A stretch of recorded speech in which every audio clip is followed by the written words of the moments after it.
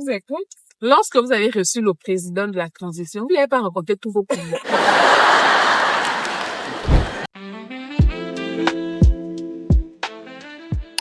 Téléspectateurs, bonjour.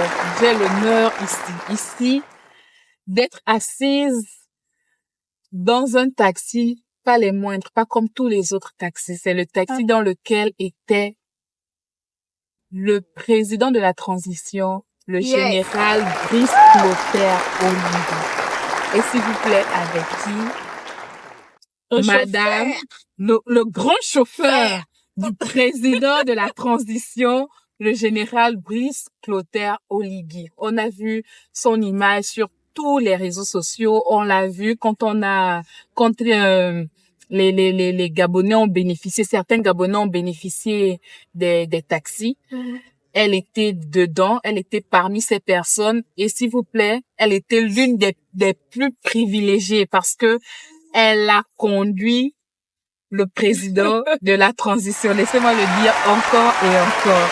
Avec moi, madame, mon nom c'est Amélie Magnouret-Boumba. Amélie Magnouret-Boumba, qui a conduit le président de la transition, Brice Clotaire Oligui. Comment vous vous êtes senti? Beaucoup de stress. Beaucoup de stress. Vous saviez quand vous ne vous attendez pas. D'accord. Conduire le président de la République, beaucoup de stress. Tu as peur de caler le moteur et d'ailleurs, il a eu peur. Il m'a demandé combien de temps je conduisais. Donc, on a peur de... Ah, le président était assez confiant. Ou bien c'est le stress quand même. C'était le stress aussi. C'était le stress. Bon, on a toujours peur. Exactement. Quand tu es président, tu as peur. Exactement. Une femme. Voilà. Bon, ok, on va y revenir. On va y revenir, mais bien avant ça, on va essayer de découvrir ensemble le parcours de Amélie Magnouret. Comment elle a fait pour se lancer dans le transport, quel a été son parcours et tout ça, on va le découvrir ensemble.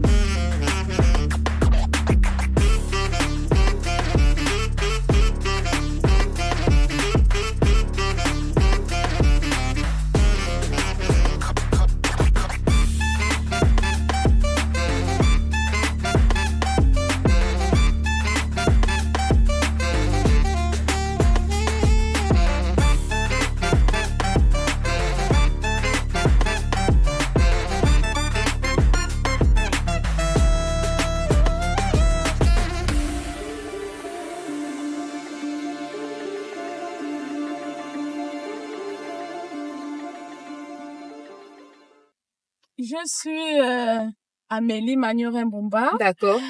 Je suis gabonaise, jeune entrepreneur. D'accord. Je suis de la province de Langounié, tout précisément de Fougamou. D'accord. Je suis d'ici, mère d'enfants. Ok. Mère de combien d'enfants? 3 enfants. 3 enfants. Des filles, des garçons? Une fille, 2 garçons. Une fille, 2 garçons. Wow. Vous avez dit que vous êtes Guissir. Oui. Est-ce que vous pouvez nous reprendre la présentation en Guissir? Yindiami Amélie Magnouret. D'accord. Yimbudiami Fougamou. D'accord. Alors dites-nous, votre niveau d'études? J'ai niveau terminal. Niveau terminal. Sans bac. Ok. Mais pourquoi avoir arrêté si tôt? Bon, j'ai arrêté, c'est parce que moi je suis depuis toute petite, D'accord. Si ce n'est que moi, je n'allais pas arriver même à ce niveau. L'école, c'était pas pour moi, Ce sont les parents qui essaient un peu de pousser et tout. Moi, j'ai toujours voulu être dans l'entrepreneuriat. D'accord. Là, vous avez toujours aimé l'entrepreneuriat. Voilà. Depuis toute petite, j'ai toujours dit que non, je ne travaillerai pas. Et c'était quoi votre rêve? C'était quoi votre rêve? Ben, mon rêve, Je voulais être coiffeuse. Coiffeuse. Oui. Ah, ok. J'aimais bien rendre les femmes belles. J'étais la tresseuse de tout le monde. Ah, d'accord. Et des amis, quand Ah, on ok. était au lycée, toutes les filles aimaient bien se faire tresser chez moi parce que j'aimais ça. Ah, d'accord. Après le bac, ça n'a pas marché. J'ai passé le bac 2 fois, ça n'a pas marché. D'accord. Ensuite, je me suis lancée dans la coiffure parce que je me faisais coiffer en fait. Oui. J'ai une Ivoirienne, une D'accord. amie que je salue, Françoise, si tu écoutes. Ok. Donc, elle m'a appris certaines choses, par exemple la pose des tissages parce que j'étais limitée aux tresses. D'accord. Maintenant, pour avoir plus de perfection, je suis allée en Côte d'Ivoire pour suivre une formation. Et ça, c'était en quelle année? 2012. 2013. D'accord. Ensuite, après la formation à Abidjan, je suis revenue au pays. Oui. J'ai ouvert le salon de coiffure en Zaïre. Donc, ce D'accord. salon de coiffure, un salon de coiffure en même temps prêt à porter parce que je vendais des habits hommes, femmes, perruques. Ok. Voilà. Non? Et c'est de la coiffure que vous lancez dans le transport en commun? Non. Après 2016, j'ai voyagé parce que à l'époque, je faisais beaucoup de voyages et tout. Je partais à Dubaï, Turquie, j'achetais les habits hommes, femmes, perruques. Donc, lors de mon voyage, j'emmenais la marchandise et puis le lendemain, on m'a cambriolé. Donc, j'ai été victime d'un cambriolage. On a tout vidé. Oui, on a tout vidé. Je me suis retrouvée. Mais il n'y avait pas des personnes qui géraient le magasin? Si, on n'a rien compris, en fait. C'était bien, je ne sais pas si c'était la complicité de ma coiffeuse, je n'en sais rien. J'ai porté plainte contre X, il n'y a jamais eu de suite. Donc, j'ai perdu beaucoup d'argent. C'était difficile de me remettre. C'était vraiment difficile. Et puis, vous saviez, quand on est entrepreneur, on est toujours... on veut toujours faire diversifier en fait ce que vous faites quand une activité ne marche pas, vous anticipez déjà, vous essayez de voir aussi. Exactement. Comme j'aime bien faire aussi la cuisine.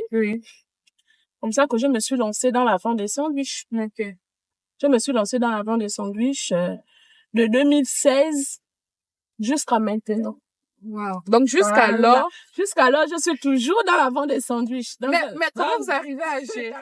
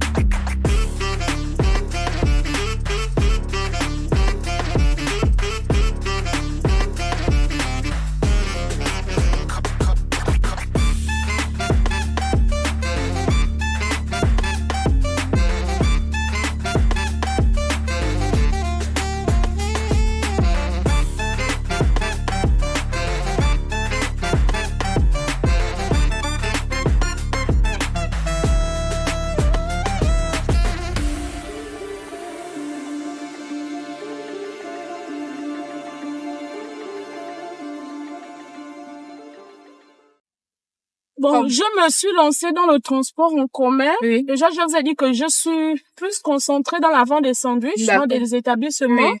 Bon, j'avais constaté que j'ai un véhicule d'abord, avant Taxi Gab, j'ai un véhicule. Bon, quand les élèves sont en vacances, je me retrouvais sans rien faire. Pendant les vacances de Pâques, les grandes vacances, j'étais sans activité. Vous voyez? Après, je me suis dit un matin, j'ai un véhicule, j'étais un peu fauchée. Comment se fait-il que j'ai un véhicule et puis j'ai pas d'argent? Et puis l'idée m'est venue de tourner, de faire le clando. Juste comme ça? Voilà, juste comme ça. Donc, je suis sortie un bon matin chez moi, j'ai commencé à faire le clando, rond-point Lasga. Je faisais le rond-point Lasga et puis, j'ai eu un client qui m'a proposé au rond-point 1500 au charbonnage. Je suis sortie Parce que moi, au départ, je voulais avoir une zone, vu que j'habite en Dieng, je voulais faire juste du clando, en fait, à un point à l'autre. Disons, Lasga rond-point. Donc, à partir de, quand ce monsieur m'avait proposé, je suis sortie. À partir de là, j'ai pris goût. Parce que je prenais tous les clients qui partaient au charbonnage. Donc, à partir de là, je tournais dans toute la ville. Je faisais le clando souvent à cause de la mairie. Vu que ma voiture c'est pas une voiture de transport. Donc, je tournais dans toute la ville, à partir de 15 heures quand la mairie n'est plus là. Voilà. Donc, je faisais de 15 heures. Clandestinement, voilà, clandestinement. De 15 heures jusqu'à 21 heures. Et j'avais remarqué que ma recette avait doublé. Que quand je faisais rond-point Lasga. Et c'est à partir de là que j'ai pris goût, en fait. C'est à partir de là que je me suis lancée. J'ai dit, mais c'est quelque chose, ça marche. Quand j'ai vu ma recette, je me suis intéressée directement. Voilà. Alors, comment vous arrivez à gérer? Vous avez dit que vous faites ça seulement pendant les vacances? Oui, je le faisais. Voilà, je le faisais pendant les vacances. D'accord. Je le faisais toujours pendant les vacances, mais maintenant, depuis que Taxi Gab... Enfin, on va revenir. D'accord. On va revenir dans Taxi Gab. Mais lorsque vous lancez, lorsque vous faites du clando, voilà, on va dire ça comme ça, quand vous faites du clando, est-ce que, parce que c'est un métier qui est, on va dire quoi, monopolisé par la junte masculine. Est-ce qu'il n'y a pas eu des préjugés? Est-ce que vous-même, d'abord, quand vous vous lancez, est-ce qu'il y avait pas un peu de gêne, de honte, que, c'est un métier un peu, parce que quand vous débutez une chose, vous n'avez pas encore l'habitude. En plus, c'est un métier, là où il y a qui est seulement exercé par les hommes.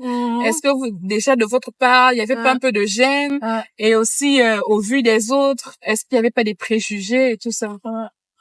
Bon, déjà pour vous, de votre côté, comment vous êtes? De mon côté, moi, je n'ai pas honte, hein. Moi, quel que soit le travail, quel que soit le commerce que je peux exercer, même si c'est vendre la banane au marché, ça ne me gêne pas du tout. Tant que ça te rapporte de l'argent. Tant que ça me rapporte. De l'argent licite surtout, il faut le préciser. Donc, ça ne me dérange pas. Je n'ai pas eu de problème à cela. Voilà. Mais non, des préjugés, il y en a toujours, hein. Il y en a toujours. On te regarde mal, mais plus d'encouragement que des préjugés. D'accord. On va revenir. Parce qu'il faudrait que je revienne.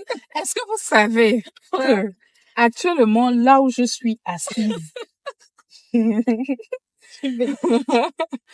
faudrait que j'en parle, Madame Amé. Parce que c'est une onction que je peux avoir comme ça. On ne sait jamais, c'est l'onction. Est-ce que vous savez que je suis assise où le président de la transition, le général, Brice Clotaire Oligui, Papa Oligui, Ya Oligui. C'est comme ça que je l'appelle, Papa Oligui. Vraiment, parce que c'est le père de la nation. C'est le père de la nation. Comme ça. Est-ce que vous savez que moi, je suis assise là? Donc, c'est-à-dire que c'est cette position-là qu'il avait comme ça. Comme ça. Donc, moi, je suis assise là. N'est-ce pas? Dites-nous. C'est vrai que vous avez dit vous étiez un peu, au début de l'émission, vous avez dit vous étiez un peu stressée et tout. Oui, c'est vrai. Mais déjà, est-ce que vous étiez la seule femme bénéficiaire? Parce qu'il y avait 417 bénéficiaires, n'est-ce pas? Voilà. Est-ce que vous étiez la seule bénéficiaire femme? Non, je n'étais pas la seule. Je n'étais pas la seule bénéficiaire. Nous étions, au départ, nous étions 10. D'accord. Nous étions 10. Il y a 4 qui ont désisté. Donc, lors de la remise des 4 ont désisté. Est-ce que vous savez pourquoi? Bon, d'autres, les maris ont refusé. Voilà. Ont refusé. Voilà. Donc, lors de la remise des taxis, nous étions 6 femmes. D'accord. Donc, je ne sais pas. Mais comment le choix? Parce que vous étiez nombreux. Comment se fait-il qu'on vienne directement? Ou bien, moi, c'est juste une question. Moi, je suis habituée. Je n'insinue rien du tout. Je n'insinue rien. Parce que moi, je veux savoir. Vous convenez avec moi que je veux savoir que, en tant que bénéficiaire, vous êtes nombreux parce qu'il y avait, est-ce que tous les bénéficiaires étaient présents? Oui, quand même. Disons, en tout cas, les femmes, non, je parle du grand nombre. Oui, le grand nombre. Donc, tous les bénéficiaires là. Parce que c'est vrai que vous n'étiez pas la seule, avec qui le président a fait la photo et tout ça, machin. Mais la démonstration, c'était seulement avec vous. Comment on vient directement vers vous et puis c'est Amélie qu'on va et on fait, non, on veut savoir, Vous voulez savoir? on veut savoir. Bon, je peux dire que c'est peut-être une grâce pour moi, hein. C'est pas peut-être, C'est une grâce. Oui, pas peut-être, ça c'est c'est une l'option. grâce. Est-ce que, C'est une grâce. exactement. Quand quelque chose de grand t'arrive, Dieu a vu voilà. vos efforts Voilà, et il Dieu sait. a vu les efforts que Exactement. j'ai faits parce que, comme vous saviez, je suis passée dans beaucoup de choses. Exactement. Voilà. Donc, lors de la remise, ce Oui. qui s'est passé lors de la remise des véhicules, Oui. on nous a demandé de nous mettre, chaque chauffeur devait se mettre devant son véhicule et il y D'accord. avait des numéros. Moi, j'étais le numéro 12. Et puis, voilà, je me suis mise, chacun s'est mis devant son véhicule. Et bizarrement, mon véhicule, heureusement d'ailleurs, pas bizarrement.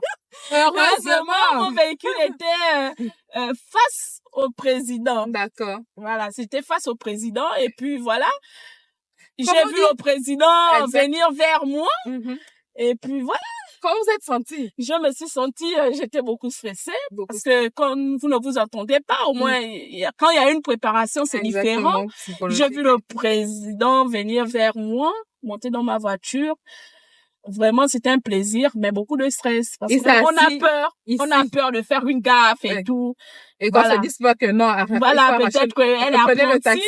Et d'ailleurs, lors de la cérémonie, mon premier fils était là, mes enfants étaient là, ils ont assisté à la cérémonie. Oh là là. Déjà derrière ça parlait que c'est une mise en scène parce qu'on ne croyait pas comment une belle femme comme ça peut faire le taxi. Ah, d'accord, d'accord. Donc, ils se disaient que peut-être c'était une mise en scène, mais voilà, on ne se connaît pas.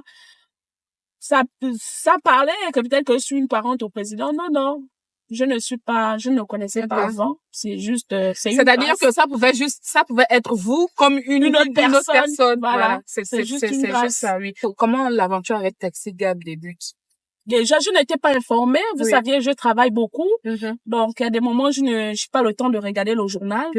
Donc, l'annonce était passée au journal. Je n'étais pas informée. Et c'est comme ça que j'avais pris un client qui m'a parlé de ce projet, que madame, vraiment, c'est bien ce que vous faites, mais remerciement à ce client. Voilà. Et ce client, il m'a dit non, voilà, le président, il y aura des taxis et tout. Est-ce que ça ne vous dirait pas? Je dis, ben si, ça m'intéresse. Ça m'intéresse. Qu'est-ce qu'il faut faire? Il m'a demandé d'aller au ministère du Transport. Je suis allée au ministère du Transport. Le ministère du Transport m'a envoyé à la PNPE qui gérait. La PNPE m'a demandé simplement de déposer un dossier que j'ai déposé. Et puis voilà. Mais les fameux 1,1 million, ça a vraiment fait le buzz, hein. Beaucoup se disaient, oh non, mais si on veut aider, pourquoi 1,1 million et tout ça? Mais on a vu qu'il y a certaines personnes qui ont, comme vous, qui ont pu regrouper cette somme-là. Comment vous avez fait vu que ou bien parce que vous travaillez déjà, c'était facile pour vous de le regrouper, ou bien vous a aidé? Non, moi personnellement, je n'ai pas eu de soucis parce que je me dis que lorsqu'on est entrepreneur, on doit toujours avoir un épargne quelque part. Exactement.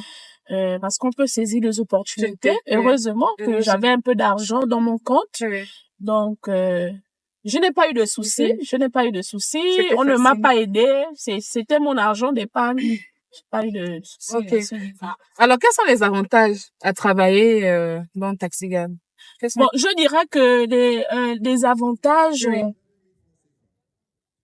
au niveau du contrôle, on n'est pas contrôlé. C'est un grand avantage. Exactement. Voilà, sauf si peut-être vous stationnez mal. C'est déjà ça, un gros avantage par rapport à ça. Est-ce que ça veut dire que quand on fait vous le n'êtes pas limité, en fait.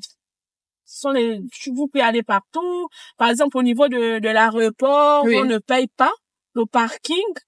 Voilà. Donc, on a plein d'avantages comme ça. Comme ça, là, à l'aéroport, vous ne payez pas? Oui. Parce qu'on faisait le clando. On s'endettait beaucoup. Oui, beaucoup.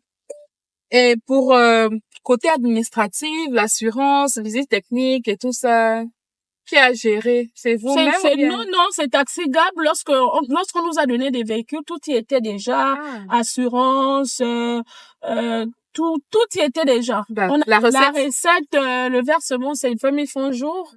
On travaille de lundi à samedi, ce qui fait 120 000 francs la semaine.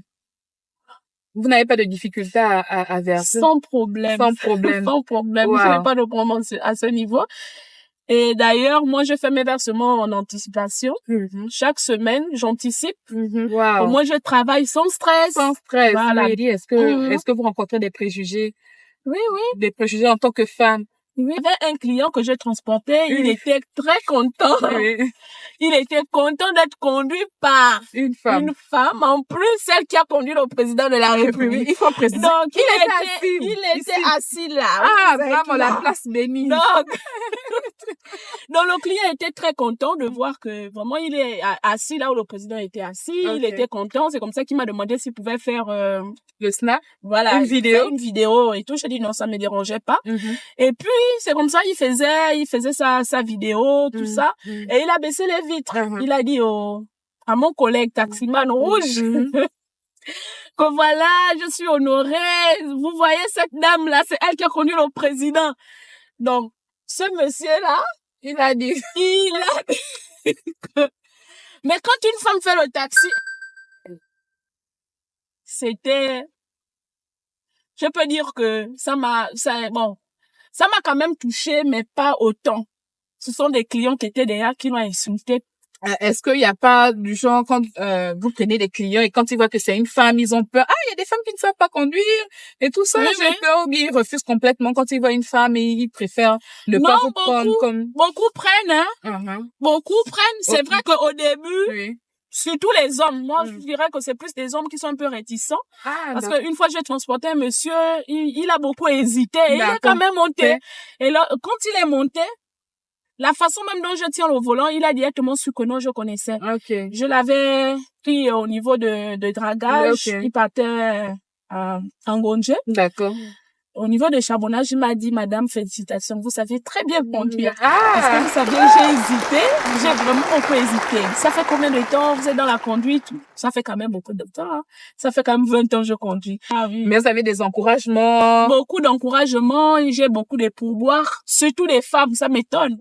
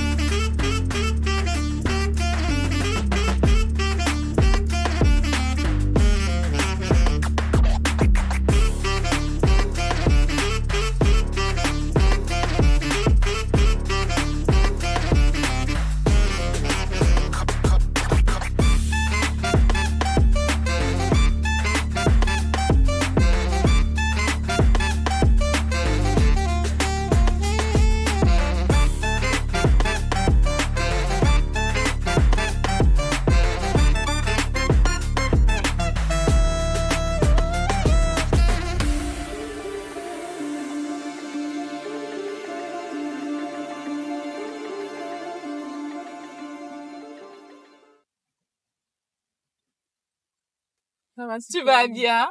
Bienvenue dans notre émission. Alors, qu'est-ce que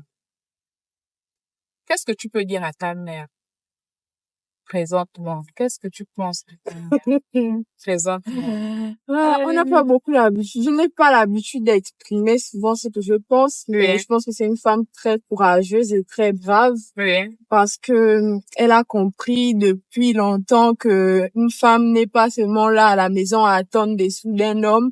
Elle se bat beaucoup dans la vie. Et ça me fait plaisir et ça m'encourage et ça me motive à faire pareil. Bravo! C'est que tu n'arrives pas à me dire souvent, hein? Tu dis ça seulement à la télé, hein? Alors, Madame Amélie, moi je veux revenir sur une question.